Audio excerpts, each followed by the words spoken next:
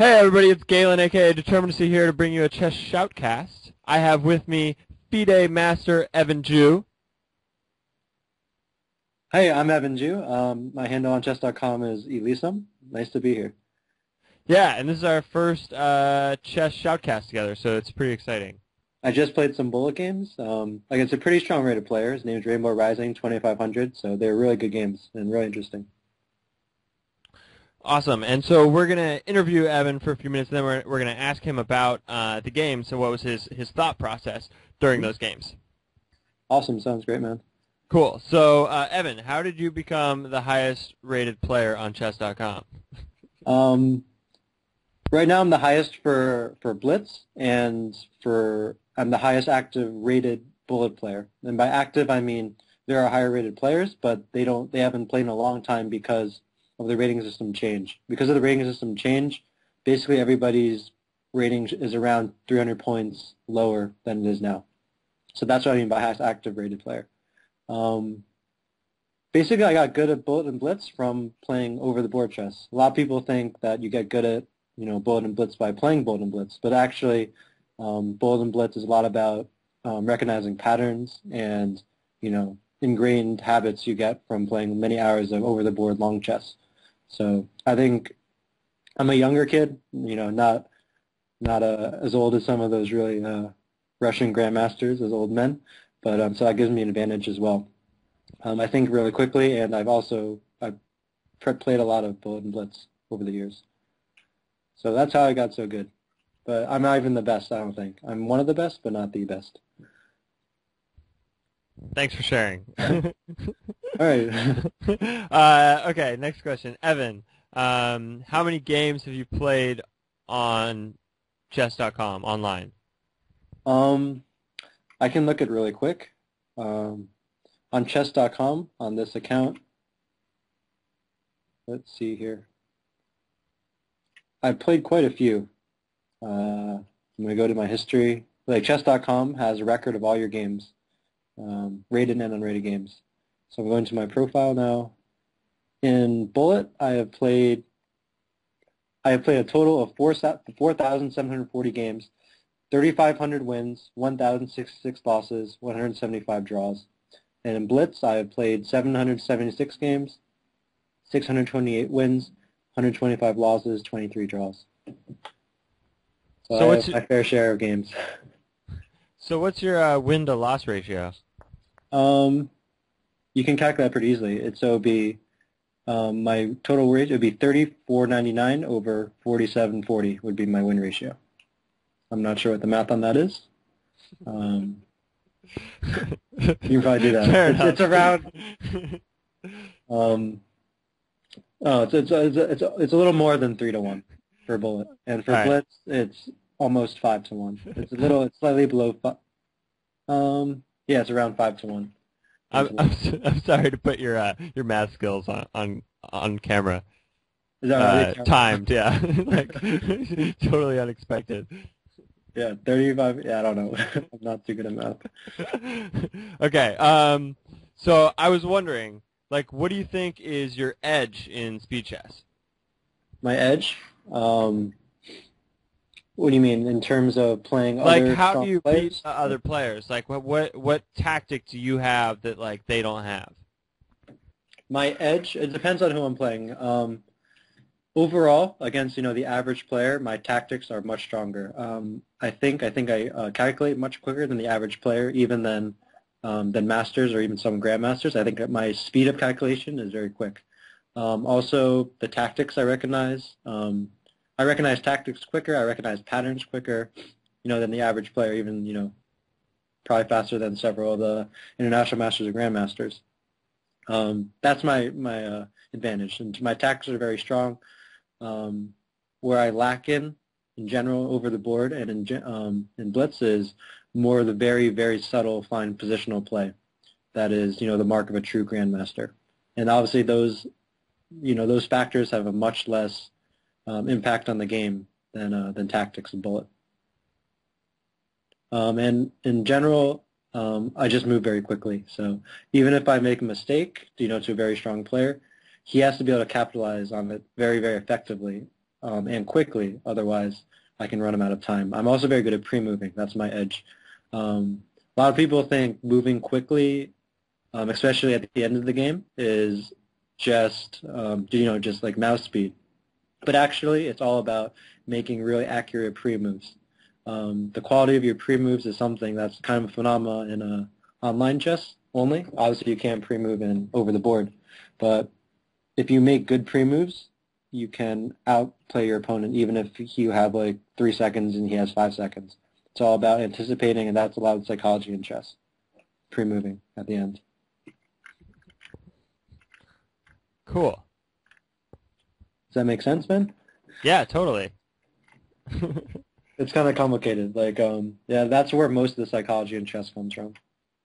It's like, from the pre-moving. Yeah, like anticipating what you're going to do, like thinking like what's natural for a player to do in time pressure, and if he's seeing a move, and anticipating that natural response, and then playing a move that either punishes that or take advantage of that move somehow. So I guess here was my question that I was thinking about. So how did you learn to see tactics more quickly than other people? There were a lot of exercises I did for standard chess. I obviously read tons of books. I did tons of problems, tactics, training problems. On the tactics trainer on online chess, I've done over I think 1,000 of them. It's really just about pattern recognition, like really spending the time. And also there are several exercises that, strong players do to improve the speed of their calculation, not just tactics. I did many of those too. That's pretty much how I got good at tactics. Just, a lot of time, a lot of effective training practice, and, also just lots of games in general. So when you say like a lot of time training, what's a lot? Like how many hours on an average day?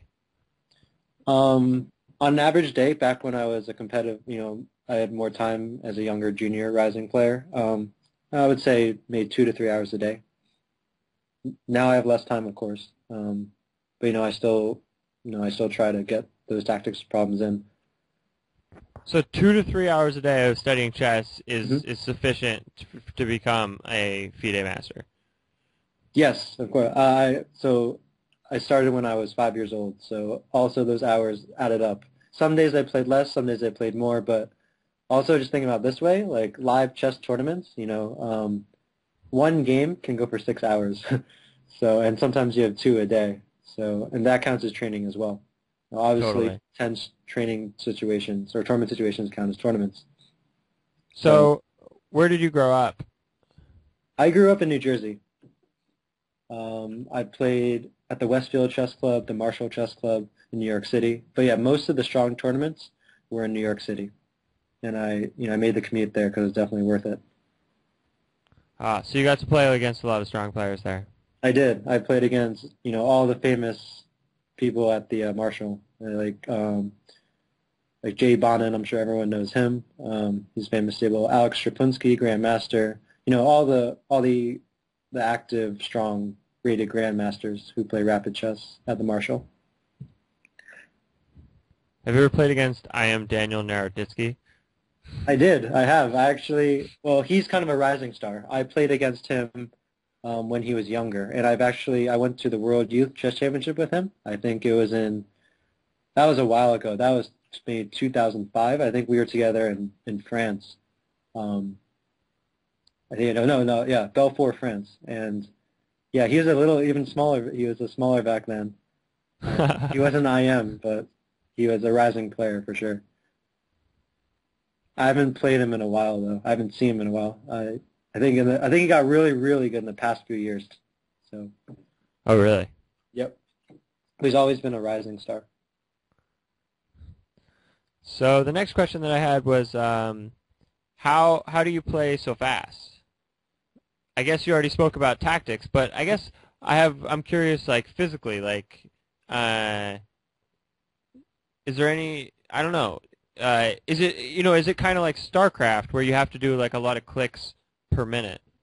In StarCraft, there's a measure called like APM, like everybody. It's like actions per minute. In chess, actually, there's not that many actions per minute required for moving quickly. It's mostly about like I said before, anticipating your opponent's moves and like having them move ready. Like Like say you play a move and then you expect your opponent to play one.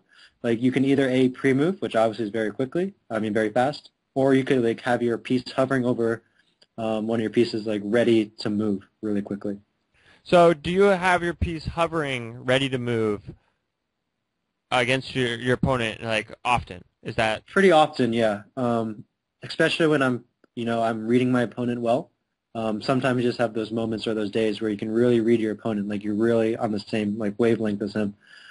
So you really have those moves ready, and it makes a huge difference.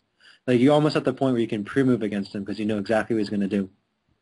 so? Is there almost like a psychic element? Yes, that's just that's a psychological element of it.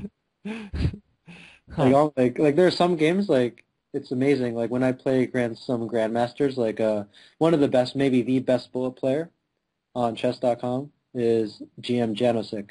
He's a grandmaster, a young player like me, and he's a grandmaster. A lot of our games, since we are like on the same length, like we're comparable strengths and like comparable ideas. A lot of our games are pre-moved until like the 15th or 16th move. So that's just to put in perspective. Wow. And like obviously sometimes if I'm being in a really where one of us has been like in a naughty mood, like we'll make a move that, takes advantage of that. But normally we're pretty good about that. We just let it happen. So Um, so that brings me to another question: is like when are you out of book in your games? it depends on the opening. I know a lot of opening theory, just from my time over the board chess. Um, it really depends on the game when you're out of book. It's hard to answer that question. Wh- so when you know a lot of opening theory, is it like you know a lot of like concrete lines, right? Yes, So where did you find those lines? I use ChessBase. Uh, I use ChessBase to, they have an opening book, and also basically when I analyze openings, what I like to do is I go into ChessBase or Mega Database. It's basically a compilation of, all the strong master games. Like I think there are a few million of those games. What I like to do is I type in an opening that I'm curious about. I filter the search so it's only 2,400 rated players and above, and then I see what all the strong players are playing in that opening. And that's the way I build my opening repertoire. So do you literally have an opening repertoire written out? Yes, I do. I have a database of, I like to, obviously after I look it up, I write it down, what I learned. And so yeah, in my database, I have a lot of random opening lines, but yeah, essentially my opening repertoire is written out. I mean, there are some ideas that are not written down that I just inherently know from studying, but yeah, for the most part, my opening repertoire is in database PGN form. So how many hours did it take you to build this Oh, I don't database? even know, man. Many of me. I would say at least I don't know, almost 1,000 hours. I really don't know. At least several hundred hours for study. It could be 1,000 hours. In terms of yeah, I mean over my lifetime, I would say definitely that could be a possibility. Remember, I've been playing for 15 years since I was 5. Maybe I only started doing database study maybe when I was 12, so maybe 8 years of that. You know. So you still use some of your analysis from when you were 12? Some of it. Obviously, I'm much more wary my 12-year-old stuff. But, I edit and, I don't know. I'm strong enough to know that, like, oh, that's not a good idea anymore and stuff. But, yeah. Obviously, I'm very careful about the older stuff. But, stuff from, like, maybe 2006, 2007, it's pretty accurate. I don't know. Okay. I'm interested. Cool. So I'll have to ask you more about that later. Okay. So I've watched you play and I've seen you have like 200 point like rating swings Hmm. sometimes. Yeah. So can you talk a little bit about the variance that you've experienced? In terms of rating swings, it can pretty much be explained in one way. It's just that basically when you're in you can get in a zone in bullet, as people say, like in sports, you get in the zone. Sometimes like you just have off days and good days. Obviously there are other factors such as maybe you're playing underrated opponents, you're tired, outside factors like that. But for the most part, in terms of rating swings, it's all about, how you're playing at that moment. So like sometimes after I play an hour, I really get into the groove and, I really like to start calculating well. It's that kind of thing. Sometimes you're just in the zone, and that can really lead to rating swings. Um, that's pretty much it. Cool. Oh, this. So, are you a chess coach on chess.com? Yes, sir, I am. Um, yep, I have quite a bit of students on chess.com. What I like to do is that I try to keep it very, very like level appropriate for my students, and I try to explain things very thoroughly and articulately. So a lot of my students appreciate that, and I really don't try to, overwhelm them with information. I try to keep it appropriate so they can learn at least like a solid 3 or 4 things per lesson, and they can apply it to their own games as well. And that's it for this chess interview with Evan Ju, a.k.a. Elysium. Hope you enjoyed it. We're going to be bringing you lots of more YouTube videos. And this is Galen Pyle, a.k.a. Determinacy with the Portland Chess Shop. Until next time, keep playing chess.